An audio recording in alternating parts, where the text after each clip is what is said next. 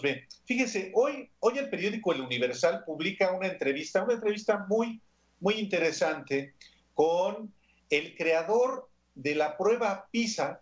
Es una prueba, usted la recuerda, que fue instaurada en México, pues por la Organización para la Cooperación y el Desarrollo Económico, la OCDE, este club de los ricos al que pertenece México. Esta entrevista es con Andreas Schelcher, quien es el creador justamente de esta prueba, quien afirma que en los últimos 15 años ha visto que en México la educación se ha convertido en una mercancía, los estudiantes en consumidores, sus padres en clientes y los maestros en proveedores de un servicio. En esta entrevista dice además que eso ha convertido a la educación, inclusive a la educación pública, en un negocio, en una industria en México. Añade que espera que con la crisis por el coronavirus la educación vuelva a verse como una misión social, que no sea un negocio, sino una experiencia humana. Es interesante la reflexión que hace nada menos que el creador de la prueba PISA, impulsada por la OCDE. Justamente el día de hoy, a través de su cuenta de Twitter, Manuel Gil Antón, profesor del Colegio de México, hizo referencia a esta declaración y escribió: ahora resulta que el negociante de la educación dice que la educación es una mercancía. El PISA Boss, jefe gerente de PISA, que tanto ha dañado al mundo educativo mundial, nos alerta de sí mismo. Poca memoria, mucha cara dura. Y precisamente por este tema, justo en el Día de las Maestras y de los Maestros, pues hemos invitado a Manuel Gil Antón, profesor investigador del Centro de Estudios Sociológicos del Colegio de México y director académico de Educación Futura, un portal de periodismo de interés público sobre la educación de México, pues aquí a los periodistas, porque, pues sí, llama la atención esta entrevista y claro, llama la atención lo que usted le responde. Doctor, ¿cómo está, Manuel? Bienvenido a los periodistas. Muchísimas gracias. Muy buenas tardes. Gracias. Durísimo, la respuesta es durísima, durísima. Empezaría por pedirle, pues obviamente, una descripción de quién es el personaje al que usted alude, Andreas Schleicher. Sí, creo que lo pronuncia sus paisanos, Andreas Schneider o algo así. A ver, la respuesta es dura porque creo, sinceramente, que es como el ladrón que para eludir que lo capturen grita al ladrón, ¿no? ¿A qué me refiero? La prueba PISA, que es una prueba que se hace en los países de la OCDE y en los que estén asociados también, y que ya casi se hacen, bueno, casi se hacen en muchos países del mundo, pretendió en un principio, evaluar lo que los estudiantes sabían, no tanto lo que sabían repetir, sino ellos pensaban que esa prueba iba a medir si estaban, y así lo dijo, preparados para la vida y el trabajo, de ese tamaño. ¿Qué ocurre? Bueno, la prueba PISA se convierte en un fetiche, de tal manera que los gobiernos, los ministros de educación, los secretarios de educación, prestigian o no sus gestiones si se sube 3 puntos o 5 puntos en la prueba PISA. Y la prueba PISA se vende. O sea, la prueba PISA cuesta cada examen. En el caso de México, no se hace una muestra nacional de unos 3,000 estudiantes de 15 años. Se hace una muestra de 30,000 estudiantes, lo que hace 10 veces más cara la aplicación con el fin de tener información a nivel estatal. Se ha hecho cada 3 años, ha costado muchísimo dinero. Pero diría don Antonio Machado, estimados colegas, que cualquier necio confunde valor y precio.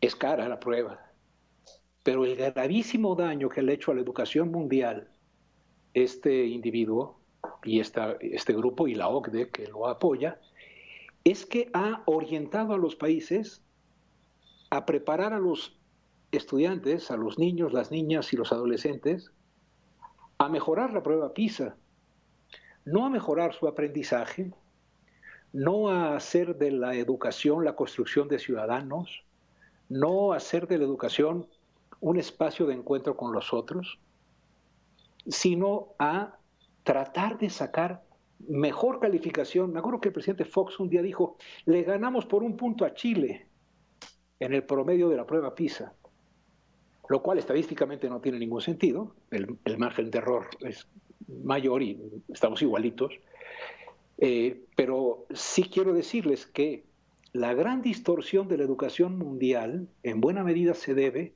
a que ahora el mundo está educando, está orientando sus sistemas educativos a llenar bien los ovalitos de las respuestas de los exámenes. Y esto ha hecho que la educación pierda densidad, que la educación pierda creatividad, que la educación pierda, digamos, deje de ser un proyecto de nación para convertirse en un proyecto de aprobación de los países ricos. Entonces, termino diciéndoles que la primera vez que yo lo escuché en el Colegio de México, yo no trabajaba todavía ahí hace muchos años, trabajaba en la UAM, Azcapotzalco, Iztapalapa, no recuerdo. Y entonces el señor, al que presentaban algunos colegas del CIDE como a Dios, ¿no? Miren, llegó Dios a visitar a los indios, a los ignorantes, ¿no? Y dijo, con estas palabras, la PISA está orientado para medir si las personas están preparadas para la vida y el trabajo. Yo no hablo bien inglés, pero cuando me enojo mejoro. Hablo más bien desde pollito, chicken, etcétera, ¿no? Pero me molesté mucho, levanté la mano y le dije, señor Schneider, mi papá estudió 4 años de primaria.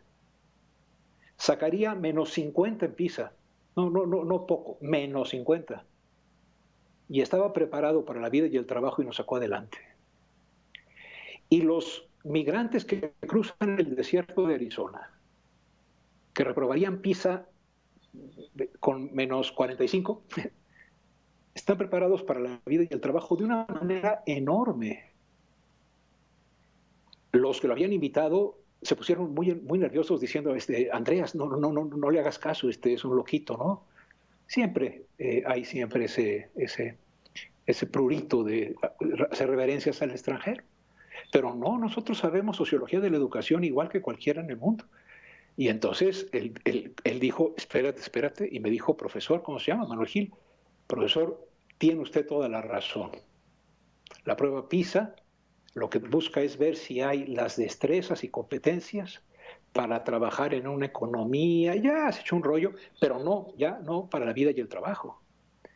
Cuando alguien dice que una prueba puede decirnos si alguien está preparado para la vida y el trabajo, está haciendo una barbaridad. Esa prueba... Sí, perdón. Dígame. No, digo que faltaba que dijera para la vida, el trabajo y el amor. De una vez. No, sí. Digo, eso sí. Doctor, perdón, profesor. Sí. Hay en México, sin embargo, fanáticos de la prueba PISA como de otras cosas. Hay organismos como Mexicanos Primero, liderado por Claudio X González, que traen como fetiche a la prueba PISA y a otros. ¿Qué le parece si al volver de una breve pausa hablamos al respecto? Como ustedes lo indiquen, yo muy contento. Vamos a dar una breve pausa y volvemos con Manuel Gil Antón, hablando sobre educación como mercancía. Volvemos. Volvemos a los periodistas cuando son las 7 de la noche en punto. Va a iniciar también en Palacio Nacional la conferencia de prensa sobre el estado que guarda los contagios y lamentablemente también los fallecimientos por la epidemia de COVID-19 en México. Y como usted sabe, también se los damos a conocer un resumen de lo más relevante aquí en Los Periodistas. Pero estamos charlando hoy con Manuel Gil Antón sobre pues, la prueba PISA cuyo creador, Andreas Schleicher, pues dice que en el caso de México la educación, inclusive la pública, se ha convertido en un negocio, en una industria. Y Manuel Gil Antón nos dice que es pues poca memoria y mucha cara dura. Y yo antes de irnos al corte, yo le planteaba a Manuel Gil Antón que en México tiene muchos prosélitos, este señor Andreas Schleicher, no sé cómo se pronuncie, allá en su tierra y aquí en México, pero uno de ellos es la organización Mexicanos Primero, que encabeza Claudio X González, que pues ha visto a la prueba PISA como algo igual, como un fetiche, dice usted, Manuel Gil Antón. Entiendo que ahora el licenciado Claudio X González está en otra organización que se llama Mexicanos contra la Corrupción. En su momento, sí, en el sexenio pasado, fue muy... Sí, estuvo presidiendo Mexicanos Primero. Miren, yo creo que en el mundo educativo hay dos posiciones, polares. Una, a la que se ascribe este señor Schneider con este programa internacional para la evaluación de estudiantes. Eso significa PISA, significa Program for International Student Assessment. Y bueno, lo hace la OCDE. Entonces, hay quienes piensan que la educación en los países va a mejorar por el hecho de evaluar. Es decir, confiaron, como el presidente Peña y su equipo, confiaron en que lo que había que hacer era evaluar a los profesores y aquel que saliera mal, dejarlo, calificarlo como no idóneo o insatisfactorio. Y en vez de usar la evaluación para observar en qué partes podemos mejorar, en qué partes estamos mal, confunden a la evaluación con la cura. Es como si alguien quisiera quitar una gripe con el termómetro, poniendo el termómetro cada 5 minutos. Pues sí, indica fiebre. Lo que hay que atender es la causa de la fiebre. Esta desmesura en la evaluacionitis, yo le diría, permeó a muchos grupos sociales, ¿no? Aquí en México se hizo la prueba Enlace, no sé si ustedes recuerdan. Claro. Una prueba que ocurría cuando estaba el yerno del Bester en la subsecretaría, claro, y luego cuando llegó Peña se cambió a la prueba Planea. Es decir, la idea de evaluar para cambiar y no la idea de evaluar para pensar en cómo mejoramos. Ese es el otro polo. Aquellos que piensan, yo estoy entre ellos, con todas mis deficiencias y mis límites, pero pienso que el termómetro sirve para estudiar qué le pasa al cuerpo del niño. No, si lo ponemos cada 5 minutos no se cura. Entonces, la pugna, por decirlo así, en todo el mundo se convirtió en PISA es el currículum del mundo, o sea, orientemos la enseñanza para salir bien en PISA, y Enlace se convirtió en el currículum del país. Yo recuerdo caminar por la calle y ver una manta en una escuela que decía, ven a estudiar con nosotros, fuimos el primer lugar en la prueba de enlace de la cuadra. Y solo había una escuela en la cuadra, ¿no? O sea, se usó el resultado de la evaluación para vender educación, ¿no? Para muchas cosas, y era muy costosa. Pero sobre todo, el gran costo, colegas, es que pervierte los proyectos educativos de cada país, de su contexto, de su proyecto de desarrollo, de su proyecto, de su ilusión de futuro, lo estandariza. Todo el mundo tiene que saber esto y esto y esto. ¿Para qué? Para ir a la maquila. ¿Para qué? Para, si es de otra clase social, para ser gerente. Es decir, es una reducción, una instrumentalización estandarizada de lo que debe saberse después de 9 años, porque se hace a los 15 años, y si empezamos a los 6, la primaria, más o menos a los 9 años de escolarización, se hace, ya sea asistente tercero de secundaria o primero de prepa. Por eso, el que esta persona, que probablemente creyéndolo, haya hecho lo que hizo con PISA, venga a decirnos, oigan, se está mercantilizando la educación, es insoportable. Y claro, contó con personas que en este país pensaban igual que él. Y que los resultados, fíjense, los resultados de los exámenes como PISA y Enlace fueron usados para decir la educación está mal. ¿Cómo la corregimos?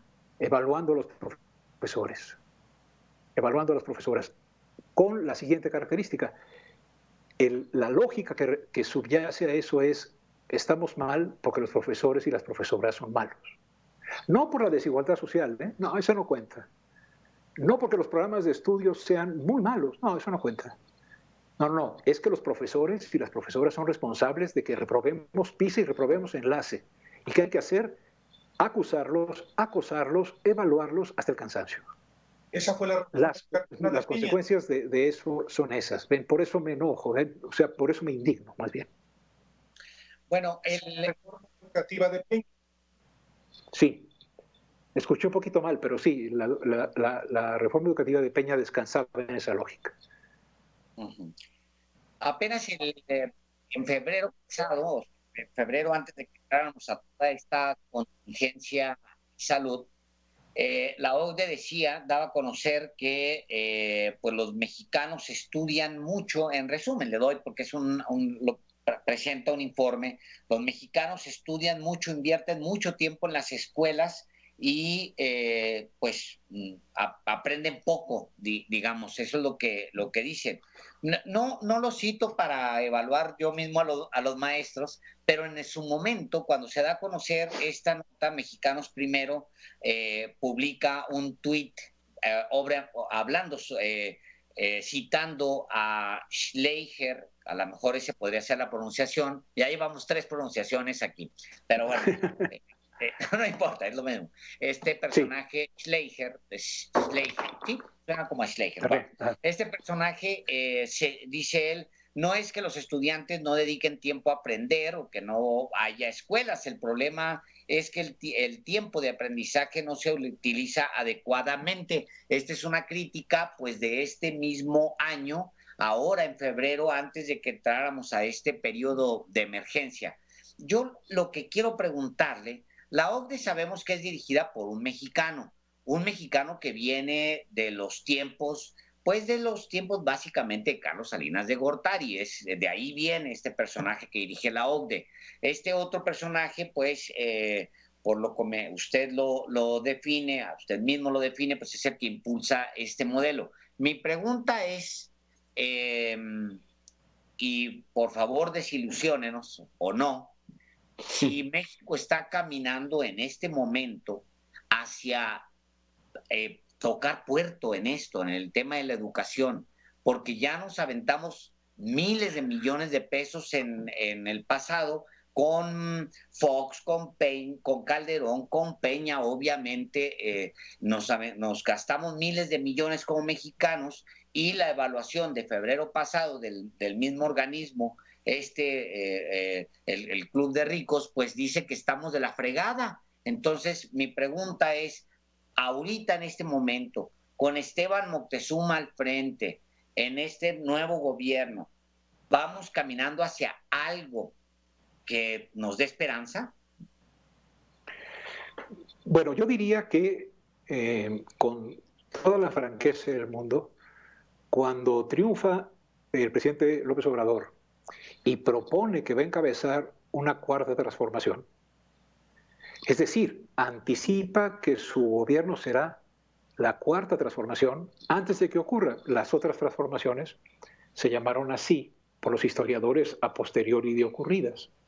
Eso nos indica el tamaño de la ambición, en el buen sentido político, que tenía, que expresaba el presidente y que sigue expresando. Yo como profesor suponía que entonces tendríamos una propuesta, tumbando la propuesta de Peña, la del Pacto por México, que tendríamos una reforma educativa del tamaño de la idea de una transformación profunda, de la desigualdad, de la corrupción, de la impunidad en el país. ¿Y cuál no sería mi sorpresa cuando veo que, salvo la relación entre evaluación y estabilidad laboral, que es un gran paso, quitar lo laboral no tiene que estar unido a la evaluación. Es decir, a uno lo deben correr si no va 3 días seguidos o si llega borracho. Están las causales en la ley, ¿no? Sí, pero la evaluación no tiene ese cometido. Entonces, cuando se manda el 10 de diciembre o el 12 de diciembre, si no me equivoco, creo que el 12, a la Cámara la propuesta de reforma, yo la veo sumamente pequeñita en comparación con el proyecto, ¿no? Un proyecto en el que yo creo que los mexicanos votamos porque no había modo de votar de otra manera si uno tenía esperanza. Otra vez Mid, otra vez Anaya. Entonces, lo que había era también la expectativa de tener un gran proyecto educativo. El proyecto educativo actual es mejor. Concibe al magisterio como un agente de transformación social, quita la evaluación de lo laboral, hace muchas cosas muy buenas, mete la educación inicial, además con participación de los otros partidos, o sea, en un esfuerzo parlamentario muy notable. Y su eje central es que va a haber una nueva escuela mexicana. Hasta hoy, la nueva escuela mexicana, y no es asunto de la pandemia, sino que es antes, no tiene una consistencia, no se nos ha comunicado en qué consiste esa nueva escuela mexicana. Lo que vemos operar es a la antigua escuela mexicana sin una renovación de su proyecto educativo. Y eso es algo que, no por criticar al gobierno porque uno no esté de acuerdo con lo que significa de esperanza, sino precisamente porque lo que significa de esperanza es importante, deberemos conseguir pelear, impulsar una reforma educativa de fondo, ¿no? Que acompañe a la transformación. Vamos a ver, después de la pandemia lo que sigue es incertidumbre, ¿no? Pero, digamos, hoy le pregunté a un maestro, hay que hablar con ellos, ¿no? Y le pregunté, profe, ¿cómo se siente con la nueva reforma? Y me dijo, ay, es maravilloso trabajar sin miedo. Porque la otra reforma trabajaba con la idea de que si salías mal, perdías la chamba. Entonces, bueno, un profesor muy responsable, muy creativo, ¿no? Dijo, es maravilloso trabajar sin miedo. Porque muchos profesores estupendos no pasaban el examen porque el examen era un examen teórico. Y los que sabían en la práctica qué hacer las cosas, pues no sabían resolver ese examen porque estaba inadecuado a su práctica. Entonces, para sintetizar, yo creo que ha bajado el uso de la evaluación con fines punitivos, pero no ha surgido el uso, no de la evaluación, sino de la evaluación y de otros mecanismos para generar un gran proyecto de renovación de la educación en el país. Don Manuel Girantón, experto en educación, yo le pregunto, volviendo al caso de este personaje creador de la prueba PISA, de la OCDE, del Club de los Ricos. Cuando habla de cómo la educación se ha convertido en una mercancía, los estudiantes en consumidores, los padres de familia en clientes y los maestros en proveedores de un servicio, ¿a qué específicamente se refiere? Y porque habla no solamente de la educación privada, sino también de la pública. Sí, a mí me parece que se convierte algo en mercancía cuando se sobreestima, en términos de Marx, el valor de cambio por sobre el valor de uso. Esta es una cuestión medio, digamos, filosófica que hacía el profesor Marx. Todas las cosas tienen un valor de uso, sirven para algo, pero también tienen un valor de cambio, que es en cuánto se venden en el mercado. Sabemos que el diferencial entre el valor de uso y el valor de cambio es lo que no se le paga al obrero, la plusvalía. Plusvalía. Así es. Entonces, lo que pasa es que la educación, concebida como un derecho y como un bien público inherente a las personas, es un valor de uso para tener una vida buena, para tener una vida ciudadana, responsable, etcétera, ¿no? Para ser solidarios, ¿no? Y para leer y escribir para gozar de la cultura humana, ¿no? Como uso. Pero la circunstancia económica ha usado a la educación y a los certificados como monedas con valor de cambio diferente. No es que la educación que se imparte, por ejemplo, en la Universidad de Anáhuac sea mejor que la que se imparte en la UNAM. No, lo que pasa es que el certificado de la Anáhuac y el transcurso en la Universidad de Anáhuac generan en los que allí estudian un montón de redes, ¿no? Para poder luego ubicarse en el mercado. Entonces dice, como los de la Anáhuac sí tienen empleo y los de la UNAM menos, la Anáhuac es mejor escuela. No. Lo que pasa es que vivimos en un país en que más vale tener conocidos que conocimientos. Y eso es terrible. O sea, el tener conocimientos al máximo nivel, si se carece de contactos, disminuye muchísimo su posible ubicación en la producción y en el desarrollo del país. Y si se tienen muchos contactos, se puede llegar con muy mala educación. Digo, los políticos priistas y panistas habían estudiado todos en el extranjero y mire usted lo que hicieron. Entonces, cuando se convierte en mercancía, no es porque se venda o se compre. Y de hecho, voy a ser más fuerte. La educación pública en México no es gratuita, aunque lo mande la Constitución.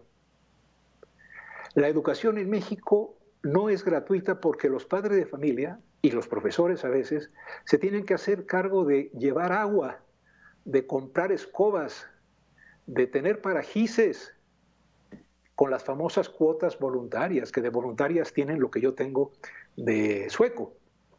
Nada. Es decir, la escuela gratuita mexicana es un mito que tenemos que tumbar para lograr que sea. Como en los países más avanzados, si es gratuita, no, los papás no compran ni el lápiz. En México, al contrario, en las escuelas más pobres, los papás hacen la casa del maestro, hacen la escuela, hacen los pupitres, ponen el pizarrón, le dan de comer al profesor, le hacen su casa para que duerma. La educación en México es más cara para los pobres de acuerdo a sus ingresos que la Universidad de Anáhuac, Ibero o cualquier otra de estas universidades muy caras para el ingreso de sus usuarios. Ahí es donde nos convertimos en una lógica en que la educación es mercantil. Es un bien de mercado. Doctor, profesor Manuel Gil Antón, muchísimas gracias por esta conversación tan ilustrativa. Hoy justamente en el Día de las Maestras y de los Maestros, muy ilustrativo lo que usted nos enseña a raíz de esta entrevista con el creador de la prueba PISA de la OCDE. Muchísimas gracias, un privilegio haberlo tenido aquí en Los Periodistas. Gracias. Al contrario, muchísimas gracias a ustedes. Lo suelo escuchar un poco más cuando estábamos en la calle porque era el horario de mi regreso y siempre me hacían pensar y aprender. Se los agradezco mucho. Al contrario. Muchas gracias. Gracias. Gracias. Muy buenas tardes. Que estén